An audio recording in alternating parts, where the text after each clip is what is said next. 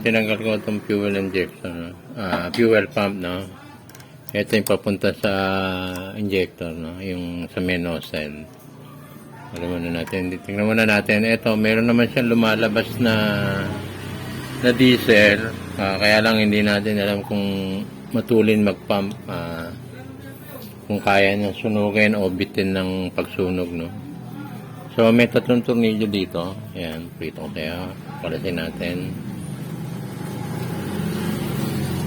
Ito. So, kadalasan, itong spring nito, nagpupush yan ngayon. Nakasaya dun sa cam yan ngayon. Papakita ko sa inyo kung bakit binabawasan itong shim nito. Ito, binabawasan. Pagbago, tatlo yan. So, habang tumatagal, pabawasan. Titira yung isang pinakamanipis. Para tumama dun sa pag-push netong ano nito. Ito para pag-pump nito. So, konting ano lang nito, no? Ayan. Tinitira yung isa. Ito yung kita ko lang sa inyo, no? Nandito yung kita na ba? Ayan. Okay na ito.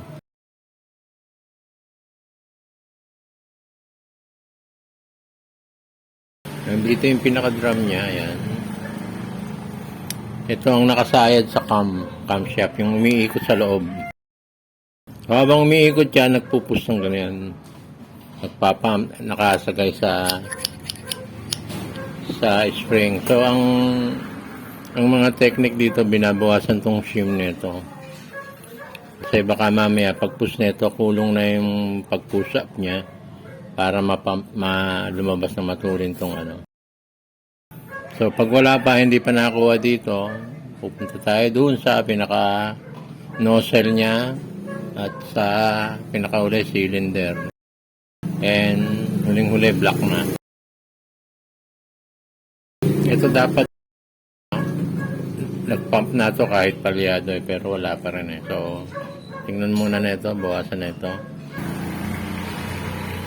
Balik na natin tong shim na isa na lang, no. Yun, shoot. Okay. Then itong cylinder niya na may butas to. Ito yung sa ilalim, para pag may langis, mabaksak yan, hindi may ipon.